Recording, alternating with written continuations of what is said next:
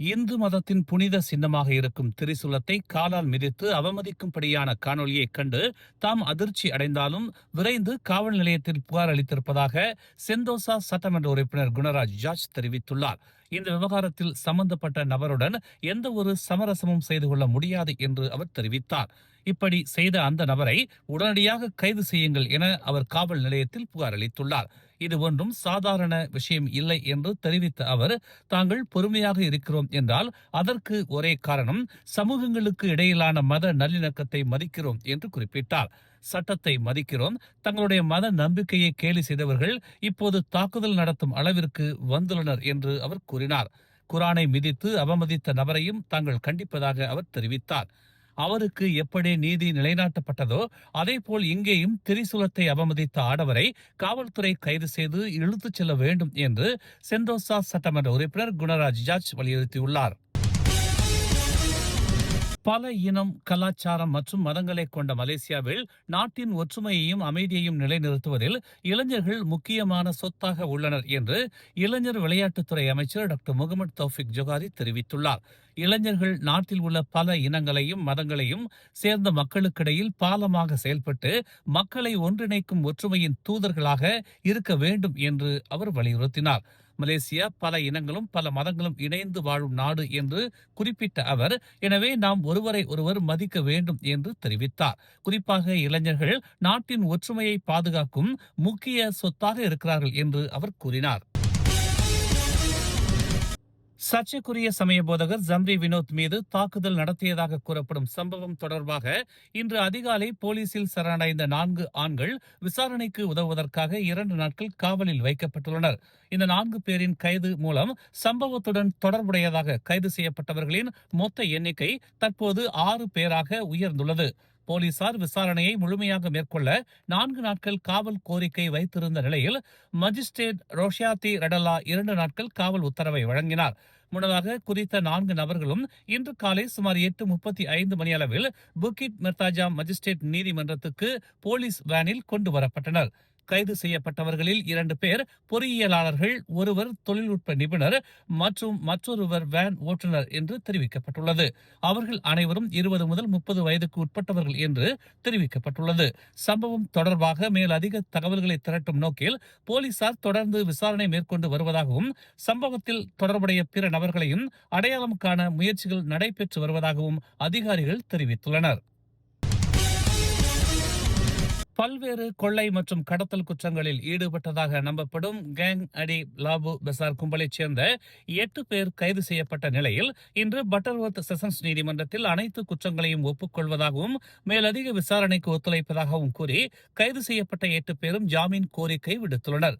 கைது செய்யப்பட்டவர்கள் 22 வயது நூர் அல்யா நதீரா, 23 வயது நூருல் நதாஷா, 35 வயது முகமது ஷமீரின், 28 வயது முகமது ஐசாட், 23 வயது ஐசால் அபுபக்கார், 27 வயது முகமது ஜைனி யூசுப், 22 வயது முகமது அசீசி, 31 வயது முகமது ஃபித்ரி அப்துல் என தெரிய வந்துள்ளது.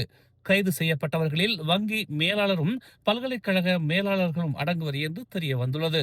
வழக்கை விசாரித்த பட்டர்வர்த் செஷன்ஸ் நீதிமன்ற நீதிபதி கைது செய்யப்பட்டவர்களின் ஜாமீன் கோரிக்கையை நிராகரித்ததுடன் மேலதிக விசாரணையை தொடரும்படி காவல்துறைக்கு உத்தரவிட்டுள்ளார். இந்த கேங் அடே லாபு பெசார் எனும் கும்பல் கடந்த 2024ஆம் ஆண்டு முதல் பல்வேறு கொள்ளை, திருட்டு, கட்டுமான பகுதிகளிலிருந்து கட்டுமான பொருட்களை திருடுதல் என 42க்கும் மேற்பட்ட குற்றங்களில் ஈடுபட்டுள்ளதாக முதற்கட்ட விசாரணையில் தெரிய வந்துள்ளது. இந்த கும்பலை முழுமையாக கைது செய்யும் வரையில் காவல்துறையின் சிறப்பு படை செயல்பட வேண்டும் என்றும் வழக்கின் அடுத்த கட்ட விசாரணை மே 4ஆம் தேதி உயர்நீதிமன்றத்தில் தொடரும் என்றும் பட்டர்வர்த் செஷன்ஸ் நீதிமன்ற நீதிபதி உத்தரவிட்டுள்ளார். மலேசியா போன்ற பல இனங்களும் பல மதங்களும் இணைந்து வாழும் நாட்டில் மத வெறுப்பு, தூண்டுதல், வெறுப்புணர்வு அல்லது சமூக மற்றும் மத உணர்வுகளை காயப்படுத்தும் எந்த ஒரு வன்முறை செயல்களும் ஏற்றுக்கொள்ள முடியாது என்று தேசிய ஒற்றுமைத்துறை அமைச்சர் டாக்டர் ஆரோன் ஆகோ டாகாங் தெரிவித்துள்ளார். சமீபத்தில் நிகழ்ந்த 3 சம்பவங்களை தேசிய ஒற்றுமை அமைச்சு மிகவும் கவலைக்கிடமாக கவனித்துள்ளதாக தெரிவித்தார். இந்த சம்பவங்கள் நாட்டின் சமூக ஒற்றுமையையும் அமைதியையும் பாதிக்கப்படக்கூடியவை என்று அவர் எச்சரித்தார். நாட்டின் அமைதியை குலைக்க முயற்சிக்கும் தீவிரவாத மனப்பான்மை உடையவர்களுக்கு எதிராக எந்தவித சமரசமும் இல்லாமல் கடுமையான நடவடிக்கை எடுக்கப்பட வேண்டும் என்று அவர் தெரிவித்தார். சம்பந்தப்பட்ட அனைவரையும் அடையாளம் காண்பதற்கு போலீஸ் முழுமையான விசாரணை நடத்தி தற்போதுள்ள சட்டத்தின் கீழ் கடுமையான நடவடிக்கை எடுக்க வேண்டும் என்று டத்தோ ஆரோன் டகாங் காவல்துறையை வலியுறுத்தியுள்ளார். பெர்சாத்து கட்சியின் உதவித் தலைவர் டாக்டர் ரொனால்டு கியாண்டியின் கட்சி உறுப்பினர் பதவி இன்று முதல் 2 தவணைகளுக்கு, அதாவது 6 ஆண்டுகள் இடைநீக்கம் செய்யப்பட்டுள்ளதாக அறிவிக்கப்பட்டுள்ளது. பெலுரா நாடாளுமன்ற உறுப்பினரான ரொனால்டு கியாண்டி கட்சியின் ஒழுங்கு குழு இந்த தீர்மானத்தை எடுத்துள்ளதாக தெரிவித்துள்ளார். மேலும் தனது உறுப்பினர் பதவி இடைநீக்கம் செய்யப்பட்ட தீர்ப்புக்கு எதிராக எந்தவித முறையீடும் செய்யப்போவதில்லை என்றும் அவர் கூறினார்.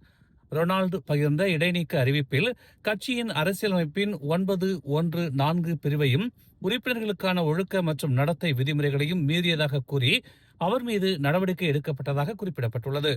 இதுகுறித்து கருத்து தெரிவித்த அவர், தாம் உண்மையாகவே தவறு செய்திருந்தால் வெறும் இடைநீக்கம் செய்வதற்கு பதிலாக நேரடியாக கட்சியில் இருந்து நீக்கிவிடலாம் என்று தெரிவித்துள்ளார். பிரதமருக்கான அரசியல் செயலாளரின் சிறப்பு அதிகாரியும் கூட்டரசு பிரதேச PKR கட்சியின் சிறப்பு குழு தலைவருமான ஜோநாதன் வேலாவின் தந்தை ரெவரண்ட் பீட்டர் வேலா அவர்கள் இன்று காலமானார். அவருக்கு வயது 64. இந்நிலையில் அன்னாரது உடலுக்கு அஞ்சலி செலுத்தும் நிகழ்வு இன்று மார்ச் 10 மற்றும் நாளை 11 ஆகிய தேதிகளில் மாலை 7 மணிக்கு செராஸ் தமாண்டேசா அமான் பகுதியில் உள்ள தி கிங்ஸ் டபர்னாக்கிள் ஆலயத்தில் நடைபெறும். இறுதி ஆராதனை மார்ச் 12ஆம் தேதி காலை 10 மணிக்கு அதே ஆலயத்தில் நடைபெற உள்ளது. பின்னர் மதியம் 1 மணிக்கு புரோகா கிறிஸ்தவ கல்லறையில் அன்னாரது உடல் நல்லடக்கம் செய்யப்படும் என்று குடும்பத்தினர் தெரிவித்துள்ளனர். மேலும் செய்திகளை தெரிந்து கொள்ள தமிழ் மலர் இணையதளம், தமிழ் மலர் செயலி மற்றும் மலர் டிவி யூடியூப் சேனலை வலம் வாருங்கள். எங்களோடு இணைந்திருக்க மலர் டிவியை பதிவு செய்து கொள்ளுங்கள். உறவுகள் மகிழ்ந்திட விருப்பம் மற்றும் பகிர்வு சேவையை சொடுக்கிடுங்கள்.